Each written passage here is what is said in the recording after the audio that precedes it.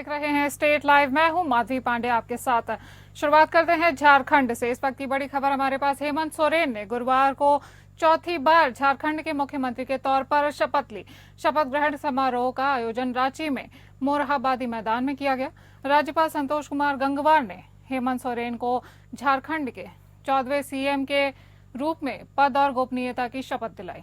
हेमंत के भव्य शपथ ग्रहण के बहाने इंडिया गठबंधन ने जमकर शक्ति प्रदर्शन किया। शपथ ग्रहण समारोह में इंडिया गठबंधन के कई वरिष्ठ नेता भी शामिल हुए।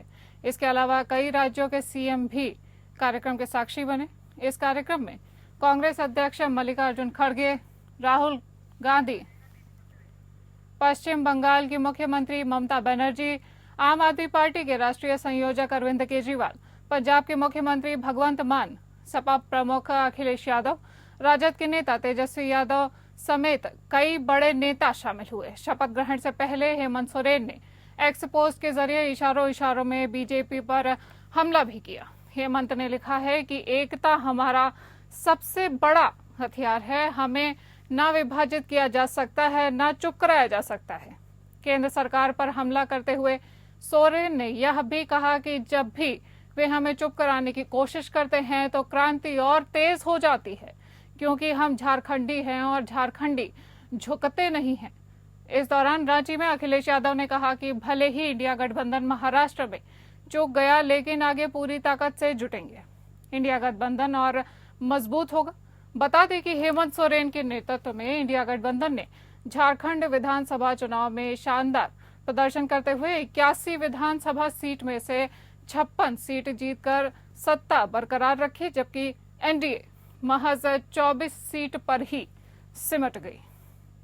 आपको एक बार फिर से बता दें कि हेमंत सोरेन की अबुआ सरकार झारखंड में आ गई है और हेमंत सोरेन की बतौर मुख्यमंत्री झारखंड के आज ताजपोशी भी हो गई है। सरकार के लोगों के प्रति संविधान और विधि के अनुसार न्याय करूंगा।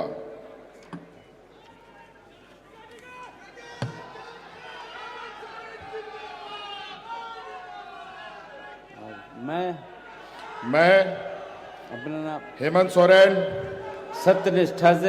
सत्यनिष्ठा से प्रतिज्ञा करता हूं कि जो विषय झारखंड के राज्य के मुख्यमंत्री के रूप में मेरे विचार के लिए लाया जाएगा अथवा मुझे ज्ञात होगा, उसे किसी प्रकार व्यक्ति या व्यक्तियों को तब के सिवाय जबकि ऐसे मुख्यमंत्री के रूप में अपने कर्तव्यों के समय निर्वहन के लिए ऐसा करना अपेक्षित हो। मैं प्रत्यक्ष अथवा अप्रत्यक्ष रूप से संसूचित या प्रकट नहीं करूंगा।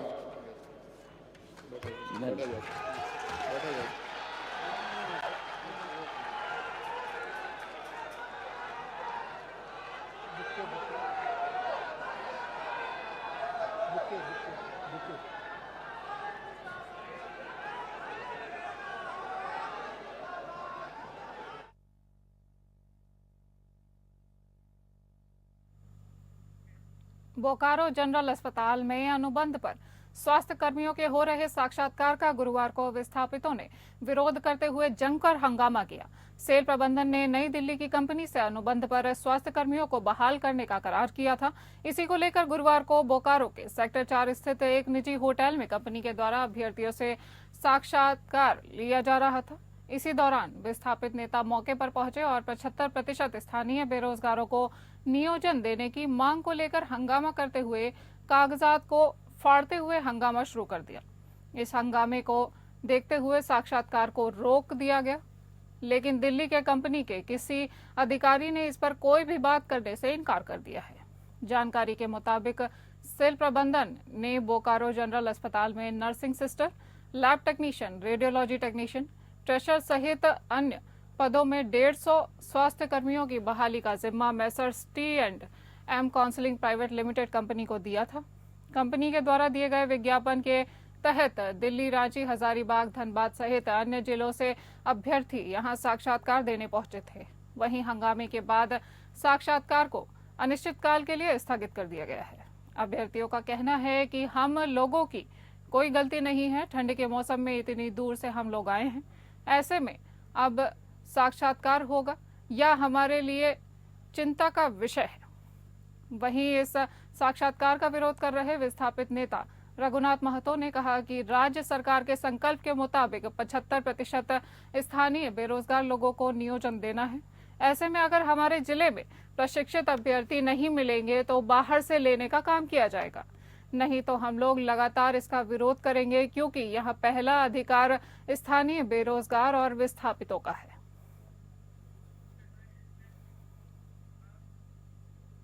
झारखंड विधानसभा चुनाव परिणाम के बाद से राज्य में चल रही हिंसा पर बीजेपी ने कड़ी आपत्ति जताई है। बीजेपी नेता ने इसे पीछे झारखंड मुक्ति मोर्चा का हाथ होने का आरोप लगाया है। भाजपा के कार्यकारी प्रदेश अध्यक्ष रविंद्र कुमार राय ने रांची में मीडिया कर्मियों को संबोधित करते हुए झामुमो और कांग्रेस पार्टी पर जमकर प्रहार किया। उन्होंने कहा कि झारखंड मुक्ति मोर्चा के कार्यकर्ताओं द्वारा जिस तरह से बरहेट सहित राज्य के विभिन्न विधानसभा क्षेत्रों में भाजपा कार्यकर्ता और समर्थकों का टारगेट कर मारपीट और भय का माहौल बनाया जा रहा है, उससे माहौल खराब हो रहा है। उन्होंने राज्य के मुख्य सचिव से तुरंत ऐसे लोगों पर कार्यवाही करने का आग्रह किया है जो माहौल बिगाड़ने की कोशिश कर रहे हैं। उन्होंने कहा कि भाजपा सत्ता में रही है और विपक्ष में भी रही है। हमें इस चुनाव परिणाम के जरिए कम आंकने की भूल झारखंड मुक्ति मोर्चा न करे। भाजपा के कार्यकारी प्रदेश अध्यक्ष रविंद्र राय ने चेतावनी देते हुए कहा कि झामुमो कांग्रेस पार्टी झारखंड को बंगाल बनाने की कोशिश न करे। उन्होंने कहा कि लोकतंत्र की मर्यादा रखते हुए हमने जनादेश का सम्मान करते हुए बधाई भी दी है, लेकिन भाजपा राजनीतिक रूप से इतनी कमजोर नहीं हो गई है जो अपमान और प्रताड़ना को बर्दाश्त कर ले। उन्होंने यहां तक कह दिया कि भाजपा कार्यकर्ताओं ने चूड़ी नहीं पहन रखी है। यदि प्रशासन कुछ नहीं करेगा और लोगों का गुस्सा बाहर हो गया तो हालात गंभीर हो जाएंगे। भारतीय जनता पार्टी नहीं चाहती कि सामाजिक सौहार्द बिगाड़ने की कोशिश की जाए, मगर झारखंड मुक्ति मोर्चा का हमेशा से संथाल में घरों में जाकर भयभीत करने की आदत रही है। वह कहते ही रहते हैं कि हारेंगे तो हारेंगे और जीतेंगे तो थुरेंगे। रविंद्र राय ने कहा कि यह उनकी पुरानी आदत रही है, लेकिन मैं स्पष्ट रूप से चेतावनी देते हुए कहता हूं कि झारखंड में झामुमो कांग्रेस के लोग झारखंड को बंगाल बनाने की कोशिश न करें। उन्होंने कहा कि जामताड़ा में मतगणना के बाद बीजेपी प्रत्याशी सीता सोरेन को कांग्रेस कार्यकर्ताओं के द्वारा अपमानित किया गया। उसके बाद बरहेट में भाजपा समर्थकों पर हमला किया गया है। उन्होंने बहरागोड़ा में चुनाव जीतने वाले जेएमएम प्रत्याशी समीर मोहंती के भतीजे और भांजे पर आरोप लगाया कि वे लोग पिछले 3 दिनों से भाजपा नेता और कार्यकर्ताओं के साथ मारपीट कर रहे हैं।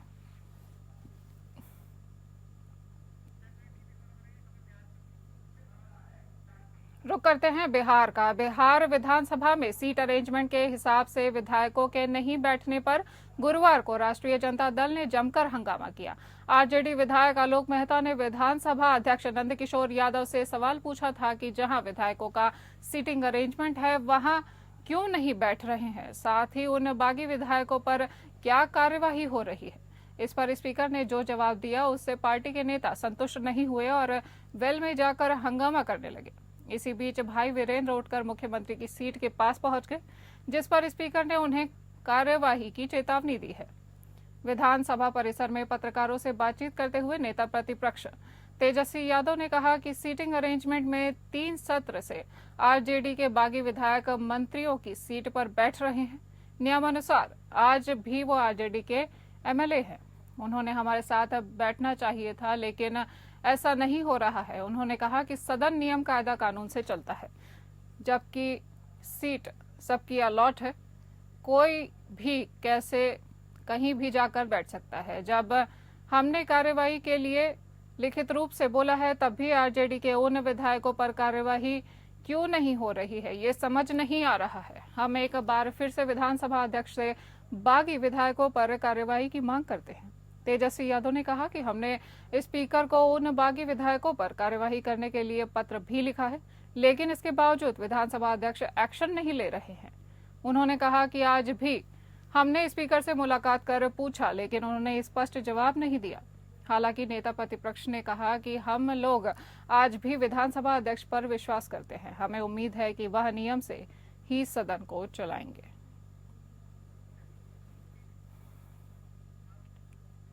बिहार में स्मार्ट बिजली मीटर को लेकर लोगों का विरोध लगातार जारी है। गुरुवार को विधानसभा में भी स्मार्ट मीटर को लेकर विरोध प्रदर्शन हुआ।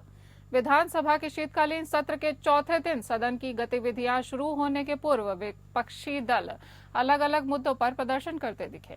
राष्ट्रीय जनता दल और इसके सहयोगी दल कांग्रेस और वाम दल के नेताओं ने सदन के बाहर पोस्टर लेकर स्मार्ट मीटर का विरोध किया। विपक्ष के नेताओं की मांग थी कि सरकार राज्य में लगे और लगाए जाने वाले स्मार्ट मीटर पर तत्काल रोक लगाए। स्मार्ट मीटर की वजह से आम जनता त्राहिमाम कर रही है।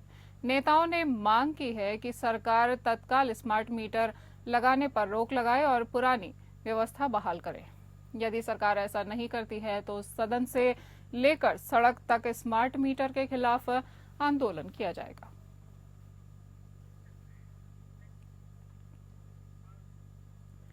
बिहार डाक टिकट प्रदर्शनी में विश्व का प्रथम डाक टिकट ताम्र टिकट का पहली बार आम जनता के लिए प्रदर्शन किया गया। भारतीय डाक विभाग की ओर से दिनांक 28 नवंबर से 30 नवंबर तक आयोजित होने वाली 3 दिवसीय बिहार डाक टिकट प्रदर्शनी का उद्घाटन बिहार के राज्यपाल राजेंद्र विश्वनाथ आर्लेकर ने किया। ज्ञान भवन पटना में एक प्रेस वार्ता में बिहार के मुख्य डाक महाअध्यक्ष अनिल कुमार के द्वारा कार्यक्रम की रूपरेखा के बारे में संपूर्ण जानकारी दी गई। उन्होंने बताया कि प्रदर्शनी का प्रथम दिन बिहार का सशक्त महिला नेतृत्व वाला समाज के नाम रहा, जिस पर पिक्चर पोस्ट कार्ड जारी किया गया और पद्म भूषण शारदा सिन्हा के सम्मान में श्रद्धांजलि स्वरूप एक विशेष आवरण का विमोचन किया गया। इसके अलावा बिहार के गौरव चाणक्य, चंद्रगुप्त और अर्थशास्त्र, वेद और उपनिषद, मौर्यकालीन कला और सिक्के, मंडन मिश्र, शंकराचार्य शास्त्रार्थ पर विशेष आवरण जारी किया जाएगा। साथ ही साथ 3 पिक्चर पोस्टकार्ड बिहार के ऋषियों, बिहार के शक्तिपीठ तथा बिहार के संगीत घराने भी जारी किए जाएंगे।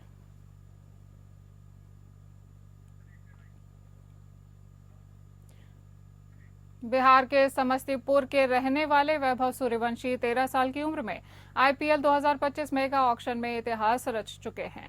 बिहार के बल्लेबाज वैभव सूर्यवंशी आईपीएल ऑक्शन में बिकने वाले सबसे कम उम्र के खिलाड़ी बन चुके हैं।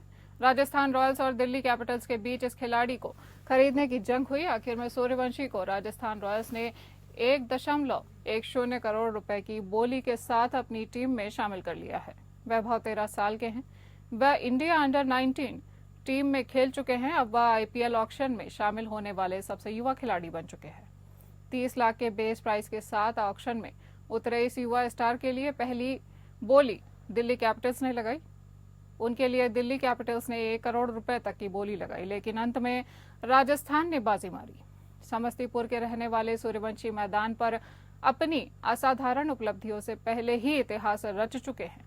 2023 से 24 के रणजी ट्रॉफी सीजन में उन्होंने मुंबई के खिलाफ सिर्फ 12 साल और 284 दिन की उम्र में डेब्यू किया और ऐसा करने वाले टूर्नामेंट इतिहास में सबसे कम उम्र के खिलाड़ी बन गए। इस उपलब्धि से उन्होंने सचिन तेंदुलकर, युवराज सिंह जैसे क्रिकेट के दिग्गजों के रिकॉर्ड तोड़ दिए हैं। युवराज ने 15 साल और 57 दिन की उम्र में डेब्यू किया था, जबकि महान सचिन तेंदुलकर ने भी 15 साल और 230 दिन की उम्र में डेब्यू किया था।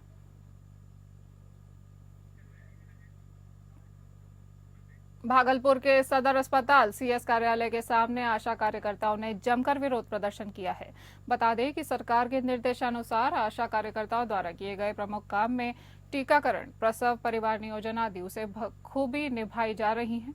लेकिन आशा कार्यकर्ता घरेलू महिलाएं हैं, उसे मोबाइल ऐप के जरिए जो आयुष्मान कार्ड बनाने का निर्देश मिला है, इससे तमाम आशा कार्यकर्ताओं में खासा नाराजगी देखी जा रही है। उनका कहना है कि हम लोगों से वेतन के हिसाब से अधिक कार्य लिया जा रहा है। सरकार की जो शोषण करने वाली नीति है, यह कतई बर्दाश्त नहीं की जाएगी। इन तमाम बातों को लेकर आज जिले की तमाम आशा कार्यकर्ताओं ने सीएस कार्यालय के समक्ष धरना प्रदर्शन भी किया।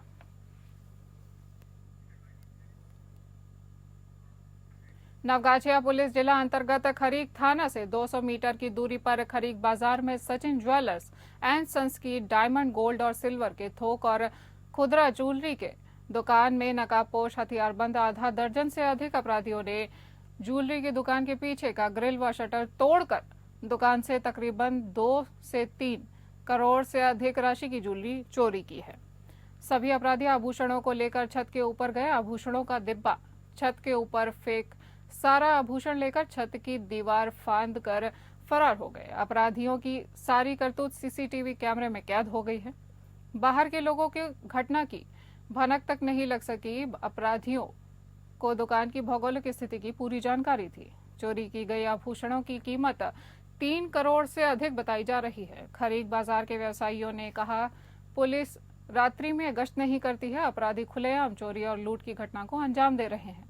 उन्होंने मांग की है कि पुलिस कार्रवाई कर चोरी की गए आभूषणों की बरामदगी सुनिश्चित करे। जब तक आभूषणों को बरामद नहीं किया जाता तब तक व्यवसायी बाजार बंद रखेंगे। करते हैं छत्तीसगढ़ की रायपुर में भारतीय जनता पार्टी के प्रदेश प्रवक्ता केदारनाथ गुप्ता ने ईवीएम से चुनाव पर पूर्व मुख्यमंत्री भूपेश बघेल द्वारा अविश्वास जताने पर जमकर निशाना साधा और जनता का विश्वास जीतने की नसीहत दी। गुप्ता ने कहा कि ईवीएम को लेकर कांग्रेस लगातार दुष्प्रचार करके देश में विश्वास का संकट पैदा करके अराजकता फैलाने के अपने अघोषित एजेंडे पर काम कर रही है। एक तरफ लोकतंत्र और संविधान बचाने के नाम पर कांग्रेस लगातार झूठ परोस कर अपने राजनीतिक स्वार्थों और सत्ता लालसा को साधने की शर्मनाक कोशिशें कर रही है, तो दूसरी तरफ ईवीएम के मुद्दे पर दोहरा मापदंड प्रदर्शित कर रही है। भाजपा प्रदेश प्रवक्ता केदारनाथ गुप्ता ने कहा कि छत्तीसगढ़ की जनता भूपेश बघेल और कांग्रेस पर विश्वास नहीं करती और बघेल समेत तमाम कांग्रेस नेता ईवीएम पर मनगढ़ंत प्रलाप कर रही है। संसदीय लोकतंत्र में जनता का विश्वास जरूरी है, लेकिन जनता कांग्रेस पर विश्वास नहीं करती। केदारनाथ गुप्ता ने कांग्रेस को नीति और नीयत ठीक करने और ठीक रखने की भी नसीहत देते हुए कहा कि 2018 के विधानसभा चुनाव में इसी ईवीएम से छत्तीसगढ़ में कांग्रेस की सरकार बनी थी और बघेल गद्दी पर बैठे थे। तब अपने पूरे कार्यकाल में कांग्रेस और भूपेश सरकार ने छत्तीसगढ़ को जमकर लूटा, जमकर खसोटा। आज भी कुछ लोग जेल के अंदर हैं और कुछ जेल जाने की तैयारी कर रहे हैं। जेलों में बंद लोगों की जमानत तक नहीं हो रही है। गुप्ता ने कहा कि अगर बघेल को ईवीएम पर दोष देना है तो वायनाड में दे। झारखंड में झारखंड मुक्ति मोर्चा के साथ सरकार बनाने वाली कांग्रेस के नेता तब ईवीएम पर सवाल नहीं उठाते।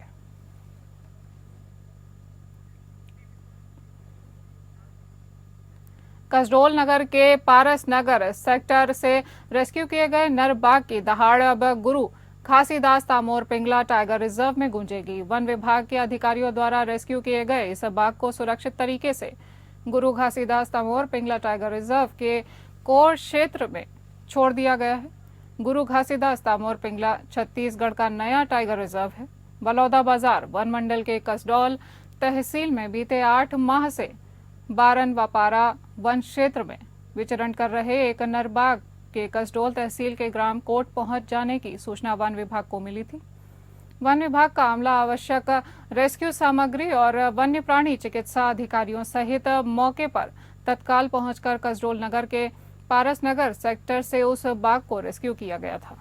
प्रधान मुख्य वन संरक्षण के निर्देश पर नर बाघ को गुरु घासीदास तामोर पिंगला टाइगर रिजर्व के कोर क्षेत्र में सुरक्षित रूप से छोड़ दिया गया है। इस अवसर पर मुख्यमंत्री विष्णुदेव साय ने कहा कि यह हर्ष का विषय है कि वन विभाग के अधिकारियों द्वारा रेस्क्यू किए गए बाघ को सुरक्षित तरीके से गुरु घासीदास तामोर पिंगला टाइगर रिजर्व के कोर क्षेत्र में छोड़ दिया गया है। उन्होंने कहा कि छत्तीसगढ़ राज्य में बाघों के संरक्षण और संवर्धन के लिए ही भारत सरकार की ओर से गुरु घासीदास तामोर पिंगला टाइगर रिजर्व के रूप में एक नया टाइगर रिजर्व घोषित किया गया है। उन्होंने कहा कि ये देश का 56वां टाइगर रिजर्व है। छत्तीसगढ़ सरकार ने राष्ट्रीय बाघ संरक्षण प्राधिकरण की सलाह पर छत्तीसगढ़ के मनेन्द्रगढ़, चिरमिरी, भरतपुर, कोरिया, सूरजपुर और बलरामपुर जिलों में गुरु घासीदास तामोर पिंगला टाइगर रिजर्व को अधिसूचित किया है।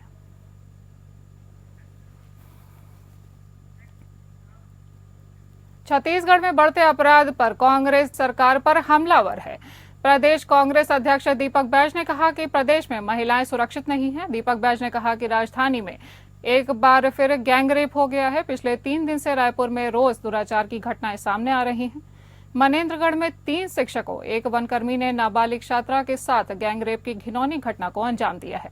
मुख्यमंत्री के गृह जिले जसपुर में डीएफओ ने महिला रेंजर से दुष्कर्म किया। सरकार के नियंत्रण से कानून व्यवस्था बाहर हो चुकी है। जिस राजधानी में 1 साल पहले तक महिलाएं रात को 11 बजे भी बेखौफ होकर अपने घरों से बाजार चली जाती थी, वहीं पर शाम को 6 बजे के बाद अब आम आदमी घर से निकलने में डरता है।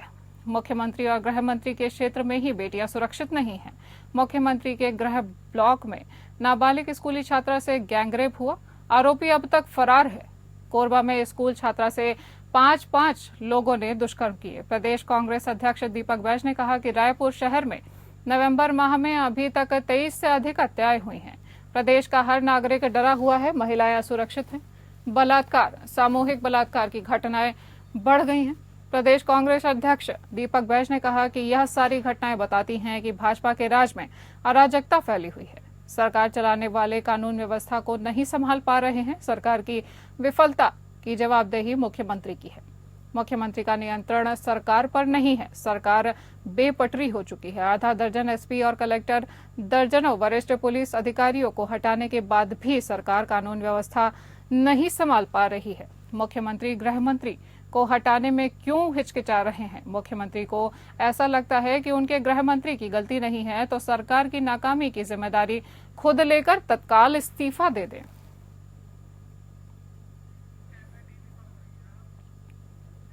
रायपुर के कलेक्टर डॉक्टर गौरव सिंह ने कलेक्टोरेट परिसर के रेड क्रॉस सभा कक्ष में साप्ताहिक समय सीमा की बैठक ली। उन्होंने कहा कि यह सुनिश्चित करें कि सभी केंद्रों में धान की खरीदी नियमानुसार व्यवस्थित तरीके से हो।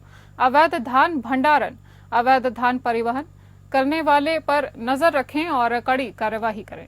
जिला स्तरीय अधिकारी सहित राजस्व अधिकारी धान केंद्रों का दौरा करें और रिपोर्ट दें। यह भी ध्यान रखें कि केंद्रों पर किसानों को कोई असुविधा न हो। बैठक में अधिकारियों ने जानकारी दी कि अब तक 5,48,164 क्विंटल धान की खरीद हो चुकी है। कलेक्टर ने कहा कि निर्धारित समय सीमा के भीतर सभी राइस मिलर से नागरिक आपूर्ति निगम और एफसीआई में चावल जमा कराना सुनिश्चित करवाएं। कलेक्टर ने कहा कि जिले में पात्र बच्चों के जाति प्रमाण पत्र बनाए जाएं। इससे जुड़े लंबित सारे प्रकरण का जल्द निपटारा करें। जिला शिक्षा अधिकारी विकासखंड स्तर पर अधिकारी समन्वय कर इसे गति प्रदान करें। बीईओ अपने अपने स्कूलों में शिविर लगाकर तेजी से जाति प्रमाण पत्र बनाएं। कलेक्टर ने यह भी कहा कि जिले में होने वाले खनिज के अवैध उत्खनन पर कड़ाई से रोक लगाई जाए और खनिज विभाग सहित राजस्व अधिकारी इस पर नजर रखें और कड़ी कार्यवाही करें। बैठक में नगर निगम कमिश्नर अविनाश मिश्रा, सहायक कलेक्टर अनुपमा आनंद, अपर कलेक्टर कीर्तिमान सिंह सहित अन्य अधिकारी भी उपस्थित रहे।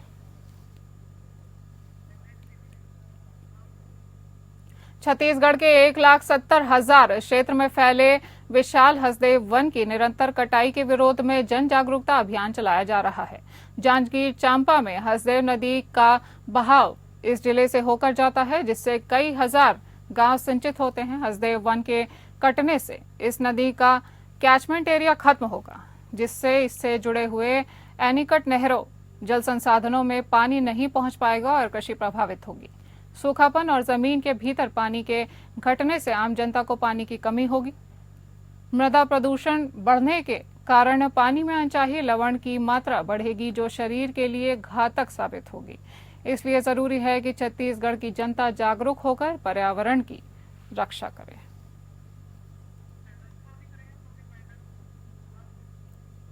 इस बुलेटिन में इतना ही। नमस्कार।